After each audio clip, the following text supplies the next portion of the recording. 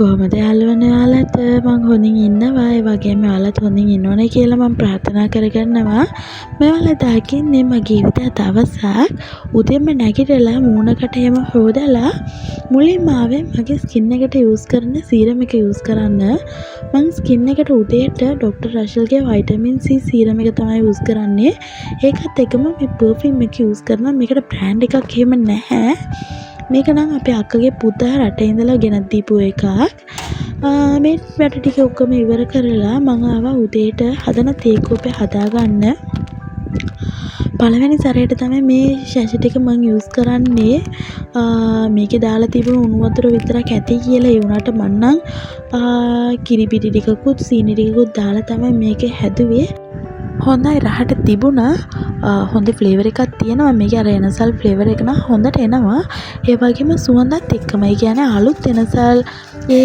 තල්ලා දාලා අපි හැදුවොත් එන සුවඳ ඒ වගේ අලුත් සුවඳක් ඒ කියන්නේ එනසල් අලුත්ින් හදපු එනසල් සුවඳක් එන්නේ මට ඒක කියන්න දන්නේ නැහැ ඉතින් හොඳයි සුවඳත් එක්ක රහත් ඒ වගේමයි තේ කෝප්ප ඉවර කරලා මුලින්ම ස්ටාර්ට් කරේ බෙඩ්ෂීට් ටික හොදන්න එකකින් තමයි මොකද මම කොහොමද ඉරිදා දවස් වලට බෙඩ්ෂීට් එකම හොදලා දානවා ඒ වගේම ඉතුරු වෙච්ච ඇඳුම් ටික තියෙනවා ඒකත් හොදන්න ඕනේ මොකද සඳුදා වෙනකොට වැඩපළ ගොඩාක් වැඩි වෙනවා ඉරිදා මුකුත් කරේ නැත්තම් ඒ නිසා තමයි මම පුරුදු කරගෙන තියෙන්නේ ඉරිදට කොහොමත් ඉතුරු වෙච්ච ඔය හැම වැඩම සේරම ඉවර කරනවා ගෙදර දොරේ වැඩ ඉවර කරනවා ඒ වගේම එළියේ වැඩත් ඉවර කරලා මං සන්තට මගේ දවස සුපුරුදු විදිහට ස්ටාර්ට් කරන්න හිතාගෙන ඉන්නේ. ඔයාලා try කරලා බලන්න එහෙම.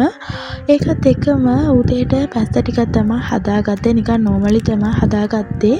ඒකට චීස් කෑල්ලකුත් දාලා මගේ උදේ breakfast එකක් මං අරගත්තා. උදේ breakfast එක අරගත්තා. ඒකත් එක්කම දවල්ට උයන්නත් පටන් ගත්තා. මොකද එළියේ චුට්ටක් අස්පස් කරන්න ඕනේ. ගොඩාක් සුද්ධ කරන්න තියෙනවා. තනකොළෙම හැදිලායි තියන්නේ. ඒකත් එක්කම උයන්න ඕනේ. ඒ නිසා උයන්න අවශ්‍ය දේවල් ඔක්කොම ප්‍රීප්‍රිපෙයාර් කරගෙන උයන්නත් පටන් ගත්තා. අද දවල්ට නම් ලොකුවට එහෙම ගියේ නැහැ උයන්න. පරිප්පු ටිකක් උයලා ඒකත් එක්කම මාළු තමයි හදාගන්නේ. ලොකුවට එහෙම රෙසිපි අරන් ආවේ නැහැ. මොකද මම දන්නවා මට වඩා හොඳට උයන්න දන්න අය තමයි ඉන්නේ කියලා. ඉතින් ඒ වුණාට මම ඒ කියන්නේ මොන විදිහට මොන දවසට ඉවුවොත් මට පුළුවන් විදිහට try කරනවා. ඒ කියන්නේ ඒක රහට ආවොත් නැතොත් මට ඕන විදිහට මම try කරලා තවතින් දවසට ඒ කියන්නේ වෙනස්ම විදිහට උයනවා. ස්පයිසස් එහෙම වෙනම දානවා. දවසකට chili powder වැඩියෙන් දානවා. දවසකට මසලා powder වැඩියෙන් දානවා. දවසකට pepper powder වැඩියෙන් දානවා. ඒ වගේ දවසින් දවසට මට පුළුවන් විදිහට මොනවාරි දාලා උයන ඒ උනට රහට එනවා. මට රහයි. ඔයාලා හිතනවා ඉතින් මං කියනවා මගේ මේ කැම ටිකම මං රහයි කියන ඒත් උනාට රහට එනවා. ඉතින් try කරලා බලන්න. දවස් හැමදාම එක වගේ කන්න බෑනේ. දැන් නම් පරිප්පු වලට ටෙම්පරාදුවක් දාලා ඒ වගේම මාළු කරිත් දැන් හරි කියලා හිතෙනවා. ඒකත් හරිනේ. ඉතින් බලන්නකෝ අද මං දවල්ට හදාගත්තේ මේක තමයි පරිප්පුත් මාළුත් ඒකත් එක්කම ගී බදුත් තමයි වෙන මොකුත් නැහැ. ඊට පස්සේ ගොඩාක් වැඩ කරා එලියස් කරා ගෙදර දොඩ වැඩ ඔක්කොම කරගත්තා.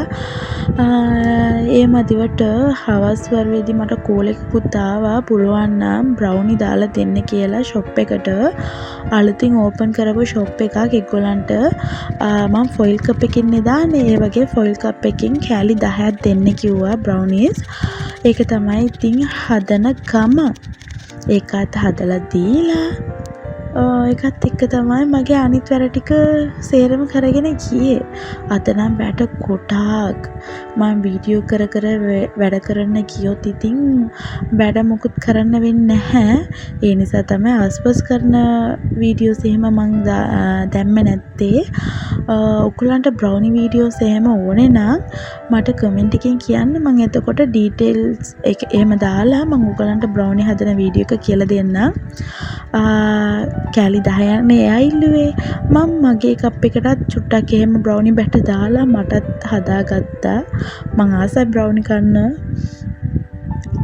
මම කිව්වනේ මේ මගේ කවණකින් තියන්න පුළුවන් කියලා. ඉතින් පළවෙනි සැරේට මේකේදී හදලා බැලුවා. මට බයයි. මං හිතුවේ ඒක අවනිකේ ඇතුළේදීම කැඩිලා යයි කියලා. ඒ බයෙන් තමයි මං ඒක තවනිකේ දැම්මේ. උනට මොකුත් උනේ නැහැ. ඉතින් හිතේ බයක් තියෙනවනේ කොහොමත්. බලන්නකෝ අද වැට කොටාක් නිසා වෙලාව ගිහිල්ලා තියෙනවා. ඒකත් මට තේරුනේ නැහැ. ඒ කොටෝ වැටක් තියෙනවා, තවත් තියෙනවා කරන්න.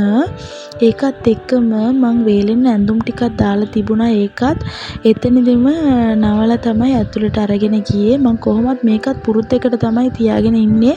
දැන් නම් දොරවල් ජනේල එහෙම වහලා හවසට බොන තේ කොප්පෙත් හදලා ඒක රස විඳින ගමන් තමයි ඉන්නේ. ඉතින් අද නම් මම ඔයාලට අර තේ හදන වීඩියෝ එක පෙන්නුවේ නැහැ.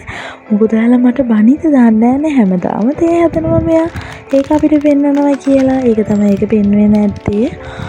මේ ඔයාලා දකින්නේ මම රෑට හදාගත්ත රොටි එක. මම රෑ කැමට අද නම් චපාති තමයි හදාගත්තේ. මොකද මාළු කරිනේ අද දවල්ට හැදුවේ. ඒක චිප්ටක් එහෙම ඉතුරු වෙලා තියෙනවා. මේ ඔයාලා දකින්න ඇති පොඩ්ඩක් එහෙම පිටි දාලා මම මේ අනාගන්න එක. මොකද මම ඔල්රෙඩි ෆ්‍රීසර් එකේ රොටි 5ක් 10ක් වගේ තියෙනවා. මොකද ඉතුරු වෙච්ච එක මං කොහොමත් අද නම් හැදුවේ නැහැ. අද වැඩ ගොඩක් නේ. නැත්තම් ආටා පිටි වලින් කිලෝ පැකට් එකක් අරන් ආපු ගමන් ඒක එකපාරින්ම හදනවා. මම හදලා ඒක ziploc බෑග් එකට දාලා මම ෆ්‍රීසර් එකකින් තියාගන්නවා. ඒක මට ලේසි. මට ඕන වෙන වෙලාවට මම ඒක අරගෙන ඒක ලයිට් ඒ කියන්නේ යාන්තම් මෙහෙම පුච්චලා ගත්තොත් ඇති. මේ බලන්නකෝ හරිය සොෆ්ට් මේක නම්. ඔයාලත් හදලා බලන්න. මේක ලේසි. එකපාරින්ම හදලා ෆ්‍රිජ් එකෙන් දාගත්තොත් අපිට ඕන වෙන වෙලාවට විතරක් එළියට අරගෙන ඒක පුච්චලා ගන්න පුළුවන් නේ. බලන්නකෝ ඉතින්.